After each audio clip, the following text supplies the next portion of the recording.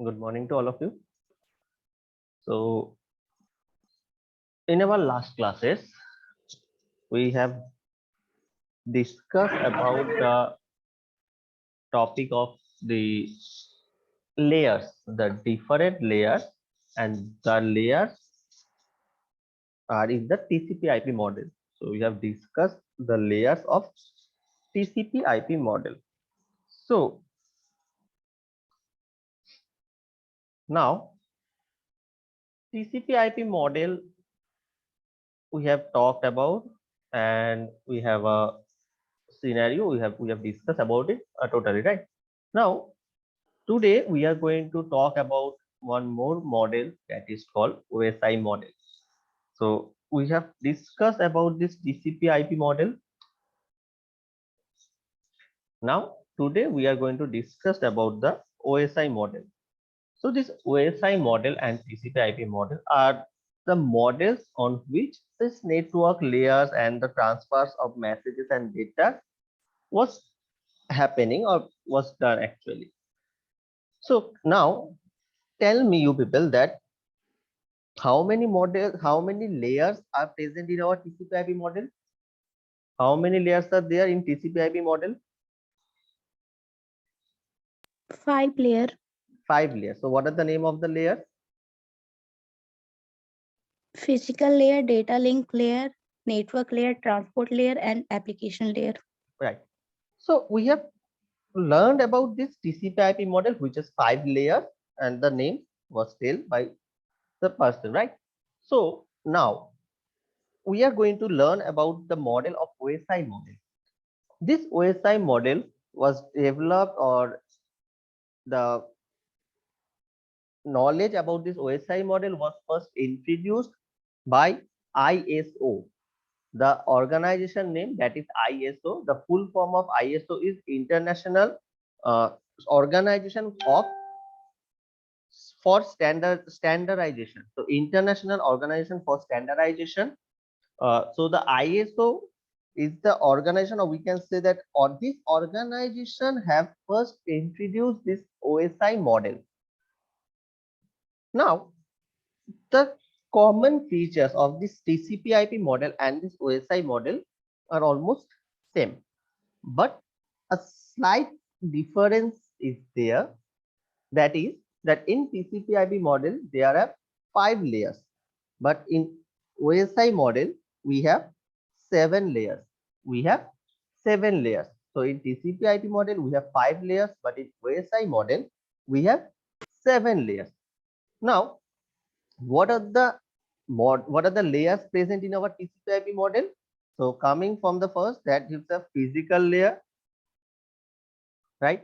Second one, we have data link layer. Third one, what is the third one? Network layer. Network layer. Next, anyone else tell me what is the fourth layer? After network layer, what is the fourth layer? Physical. Physical I've already done. Physical data link network layer was done. So what is the next? Transport layer. Application layer. Huh? Transport layer. Application layer. Transport layer. Application layer is the last layer. So now we have the transport layer. Transport layer, and the last we have this application layer. So these are the 5 layers we have in our TCP/IP model. Now coming to the part of this OSI model. In OSI model, we have first the physical layer. Okay, no issue on that. So we have also this physical layer here. Next, we have data link layer. Third one, we have this network layer also. Fourth one, we have the transport layer. So these layers means first 4 layers, this is physical, data link, network and transport. These 4 layer is common in both TCP/IP model and in OSI model. What is extra was there in OSI model, that is session, presentation and application layer. So in OSI model there are 7 layers, that is first 4 are same with TCP/IP model. So physical, data link, network, transport layer is there. Then we have this session layer. Next we have this presentation layer, and in the end we have this application layer. So these are the 7 layers that is present in our OSI model: physical, data link, network, transport, session, presentation and application layer. First, the model that was designed, that is this OSI model. Okay, TCP/IP model come later and is the modified version of this OSI model. So what is the modification done in TCP/IP model with respect to OSI model? That is, we can say, we can view that in TCP/IP and in OSI model, both the first 4 layers are same, no changes, nothing is changed, nothing changed there. But what is the change? That in OSI model, the 5, 6 and 7, session, presentation and application, these 3 layers is present in OSI model, but in TCP/IP model only the application layer is present. So what modification is done, that the session, presentation and application layer of OSI model is merged into one layer of TCP/IP model, that is an application layer. That is an application layer, means the total this app from this application layer was merged into this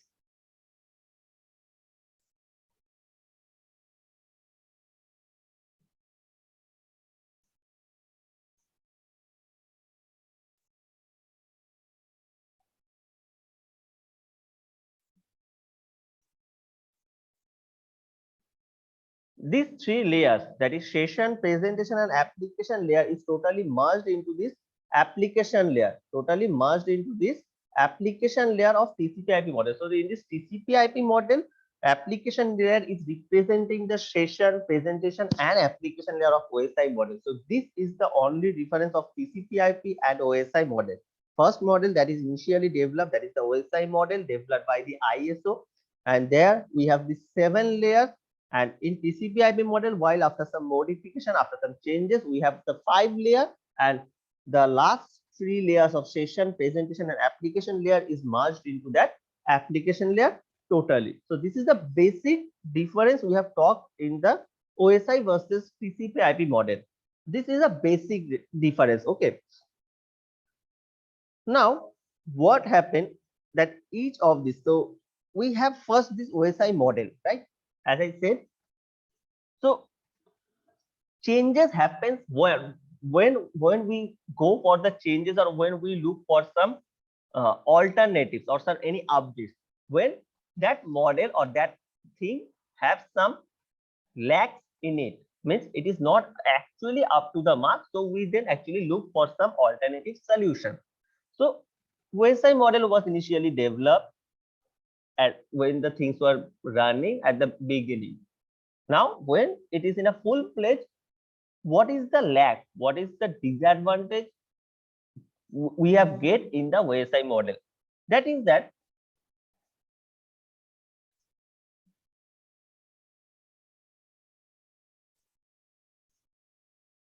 this OSI, the OSI model, the different 7 layers we have. So that is a cost-effective first one, and the performance of these individual layers is not that much up to the mark of OSI model.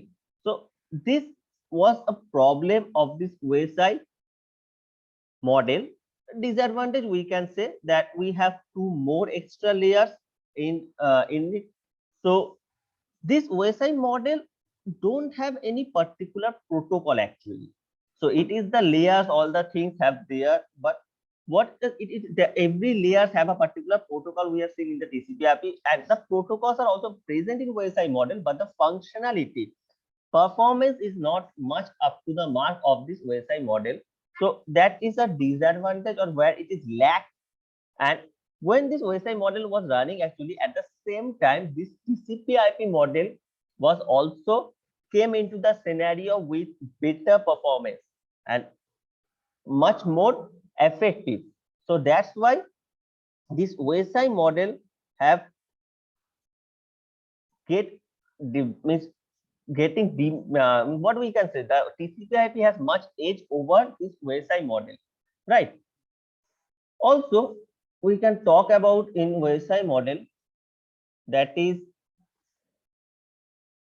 the extra 2 layers, that is the session and the presentation layer in TCP/IP that are merged into with application layer, and the total functionality was done in one particular layer. Means the total thing, the session, presentation, and application, the total performance is achieved in one particular layer of TCP/IP, that is an application layer. So that where it much advantage in TCP/IP result than OSI model. So these are the lack where it lagged behind in TCP/IP from the TCP/IP, and that's why then TCP/IP came into the scenario with full performance, and that's why TCP/IP is now take place in every layer. But what we have now to know about that, we must know about its past. What are the back end? What are the background scenarios from where we have upgraded from this particular moment, right? So to know the present scenario, we need to know some of the back history of that particular thing. So that's why to know the TCP/IP, we just know the things of this OSI model. Now, in this OSI model, that is the physical layer, the we can say that is that data link layer, network layer, transport layer. These layers have the same functionalities according to this TCP/IP model. Nothing much changes, right? So the physical layer, the responsibilities we have already learned, that is that physical characteristic of the interfaces, medium, representation of bits, data bits. These are the part of this transmission medium. These are the part of the physical layer. Data link layer, what are the responsibilities? That is the framing, the physical addressing. These are the part of this data link layer of same TCP/IP. Then in network layer, what happened? That is the logical addressing, routing, fragmentation, segmentation, packetting. These are the part of this network layer. And in data transport layer, what happened? That what are the roles? That is the point addressing, segmentation. These are the part of this network layer. Also, there are some flow control, error control. These type of things have included in the network layer. Now, the 2 more layer that is present in our OSI model, that is the session and presentation layer. So what is the role, or what was the role of this session and presentation in OSI model? So we need to know that as we are studying, right? So session layer. What is the role of session layer of OSI model? The main responsibility we can say of session layer is that synchronization between the 2 devices. Synchronization between the two devices is one of the main responsibilities of session layer. This session layer are connecting after the connection of the devices, the synchronization between the devices so that the data can transmit from the sender to the receiver properly is the is or to manage the thing. This is the main responsibility of this session layer, right? So one point we can talk about in session layer, what is the main responsibility? That is the synchronization.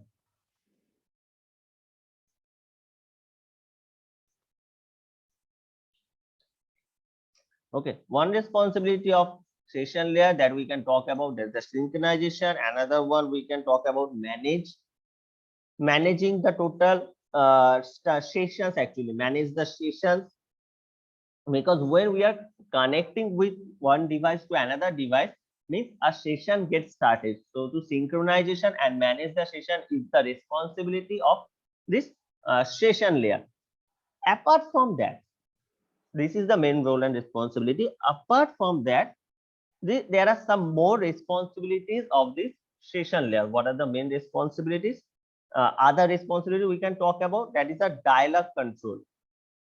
Work as a dialog controller. So what is the work of the dialog controller? Means the system,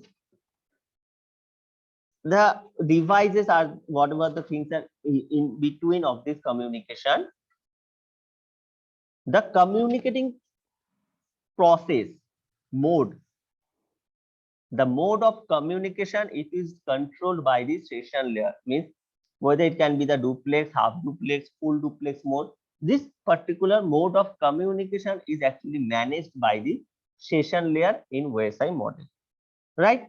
Also the process, that what is the mode, whether it will follow some token management process, whether it will be following some bit management process. So this type of things also managed in the session layer. So responsibility for the token management. So if the process is following via token, the message is getting passed via token. So in that particular case, token management or bit management, these are the process of this session layer we can talk about. And one, as I said already, the main responsibility is the synchronization. Means point to point checkpoints, the intermediate devices, intermediate points, whatever that they are, to establish the communication, check that all the things, all the points are correct and the data is transmitting successfully. In case of the if there is any failures are present, then the checkpoints, at what particular moment, at which checkpoint the data is getting faulty or it is actually have some errors, then to check that particular checkpoint and then retransmit the data from that particular end is this part of this session layer. So these are the roles of the session layer of the OSI model, right? Now after this session layer, one more layer that we have in present in our OSI model, that is presentation layer. So this presentation layer actually ensures that the message is transmitted or message is sent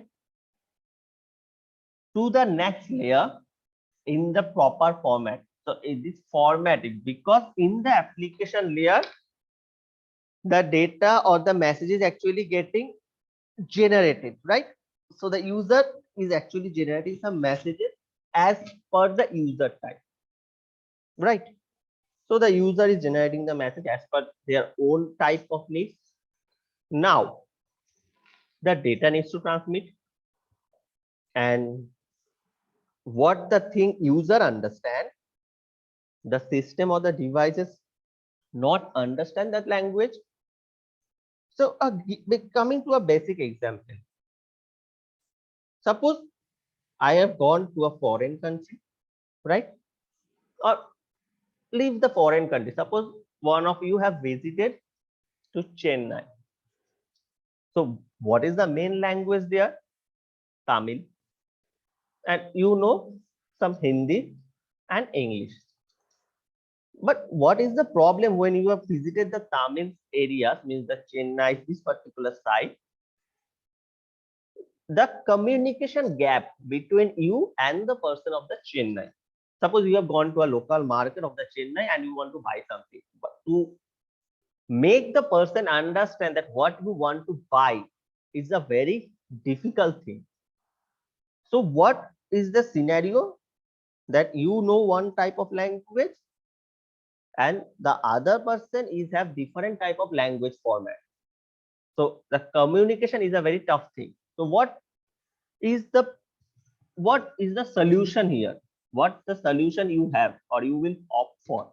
That you will look for a person who can translate your voice or translate your word to the opposite side of person, so that the person can understand, and vice versa. Whatever the opposite type of person saying, you can understand. So a translator needed here. The same thing is that work is present in the presentation layer. So the user in the application layer is generating a message that is not at all understand, or it is not well with the devices. So we need to convert the message, or we need to transfer the message from the application layer to the next layer in the prescribed format of the devices. So this conversation, this converting of the messages in the proper format is the role of the presentation layer, is the role of the presentation layer. So what is the role of the presentation layer? That work as a translator. The most easiest term we can remember, that work as a translator means to change the originality of the message to the converted message, so that the device can understand and device can translate the message. This is the responsibility of the presentation layer. Now, coming to the topic, coming to the point, is that we can see that in the session and the presentation layer, this the role of this two particular session and presentation is very short, right? So what the TCP/IP model does, that it just merged this session and presentation with the application layer. Means from where the message is getting generated, from there the data is also converted to the prescribed format of the devices, and the thing goes on smoothly. So the extra headache of session and presentation layer is merged into the application layer, and the cost, the effective, the time, these have been reduced. So this is the advantage, the very basic advantage of TCP/IP, that the two less layers we have with respect to OSI model. Any doubts up to this particular part?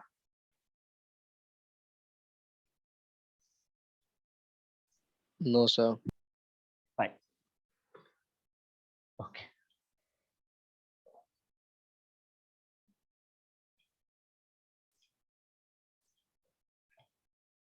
Now, so the layers and the models, these things was covered.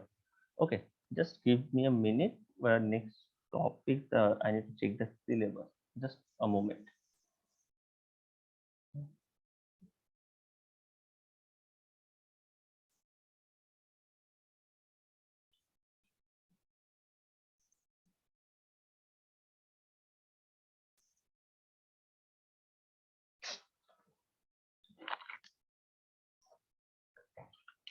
By the time you people can write down your names in the chat box, so that the attendance purpose can be solved. Okay, just give me a moment.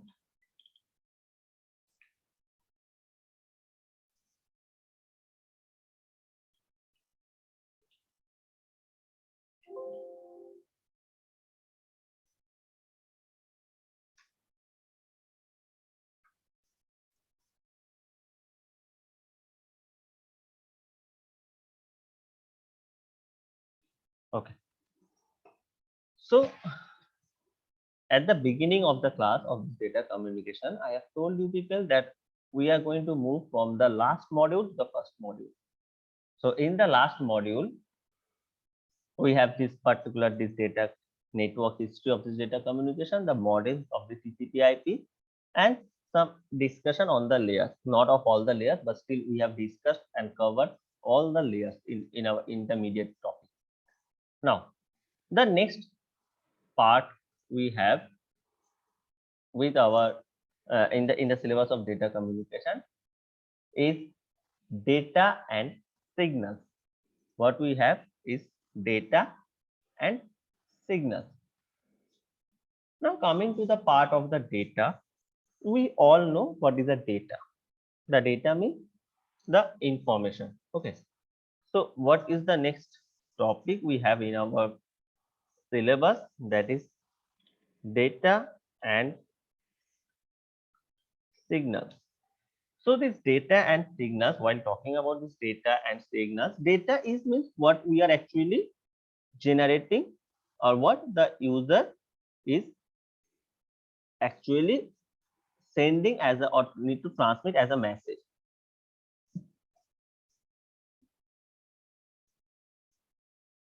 So in the term of computation, what can be the definition of data? In simpler word, we can say that data is a message or the information. But in the term of computation, what can be the definition of the data? We can say that the data is the information that needs to translate it into the form of the devices so that it can process and transmit from one end to the another end. So in the term of the computation, the definition gets a little much bigger, that a data, when we can what we can call a data, that we can call a data that is the information. So data is the information that need to translate into the proper format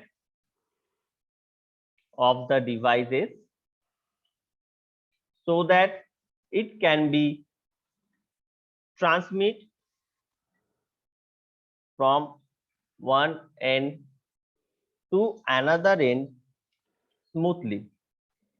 So this is the definition of data in the term of computation, in the term of computing. Now this data we are talking about, while moving into the devices as the transmission mode, transmission medium, it converted into a flow of the signal. I have told you people one time, I remember that the data moved on into the form of the signals.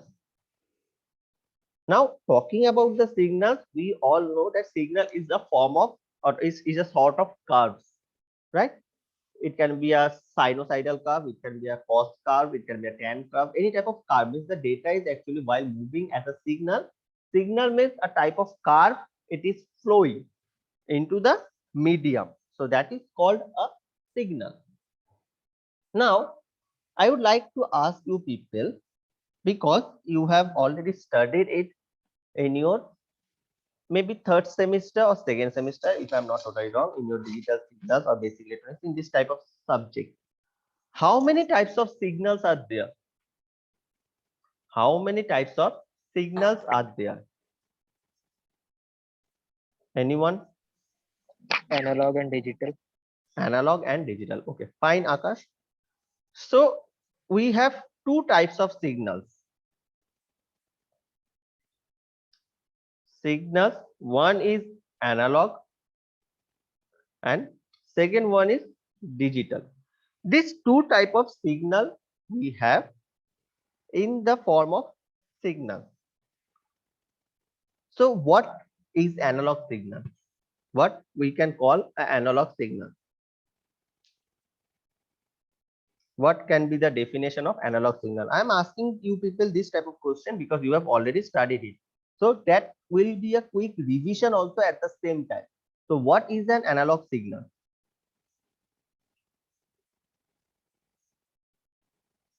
Any idea? Anyone?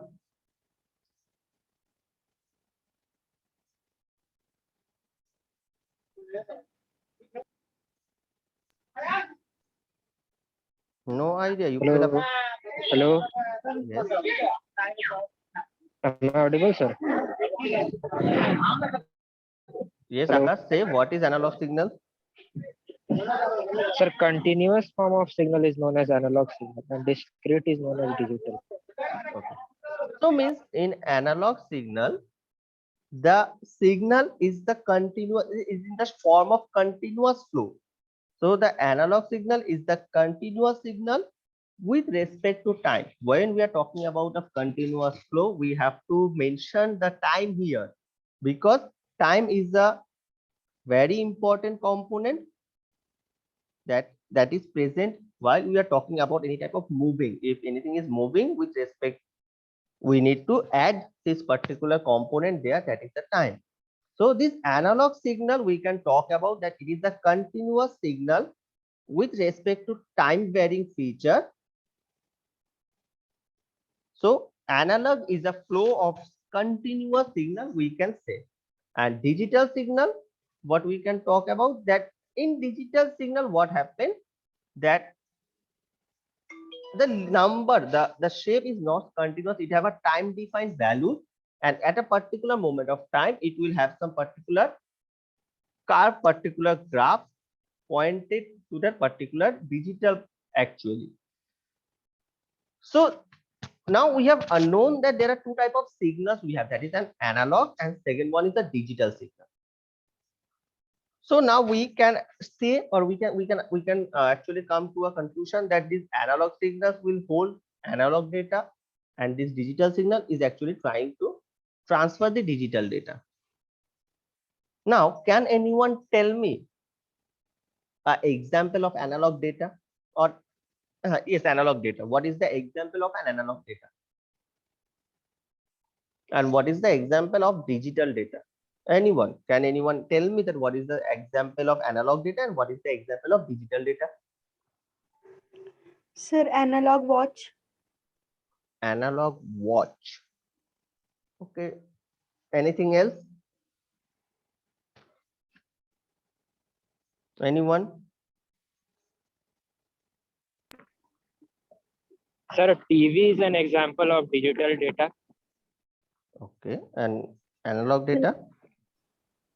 Computer is the example of digital signal. Okay. Computer data, that is the computer memory, is a part of digital data and analog data. And no one is saying about analog data. Everyone is coming with some digital data. Sir, analog data, thermometer. Thermometer. Okay. The most real life example of analog data we can talk about that our voice, our speaking, or if you are hearing any type of audio, that is the voice is the basic example or a proper example of the analog data, the sounds of the human voice. And in digital data, yes, obviously the computerized data, the information that is stored in the computer memory is called the example of digital data. So just a very quick thing, that digital data is consists of some 0 and 1. It will be consist of some 0 and 1, and in each particular moment in the digital signal, that value of 0 and 1 will represent into the form of the curve. So when the value will be high, it goes to 1. If the value is 0, then it will be have some particular point. So this is the particular type of analog and digital data.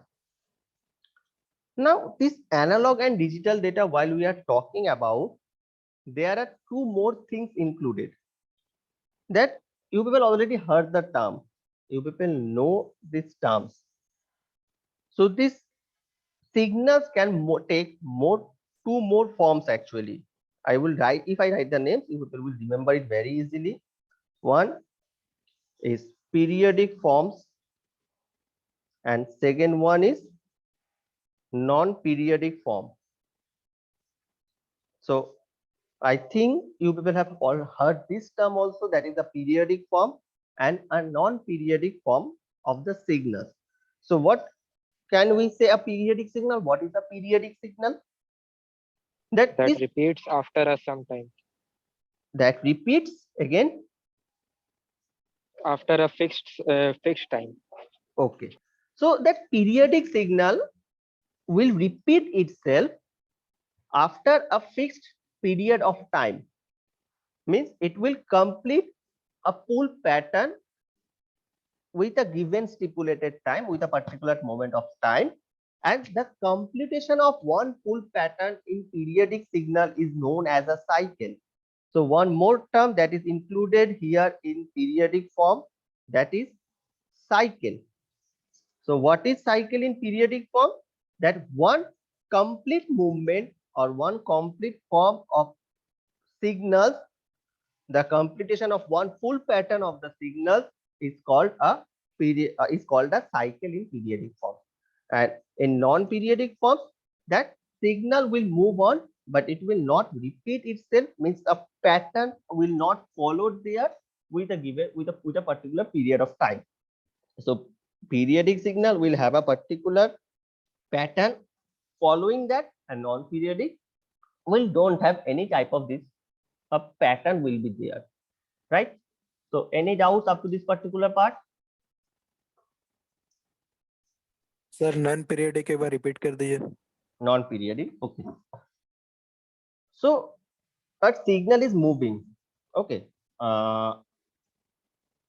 You people don't जहां तक मुझे याद है तुम लोग due to Covid situation तुम लोग को ये प्रैक्टिकल ऑफ द सिग्नल्स नहीं हुआ था ना थर्ड सेमेस्टर वगैरह में. Yes, sir. Right.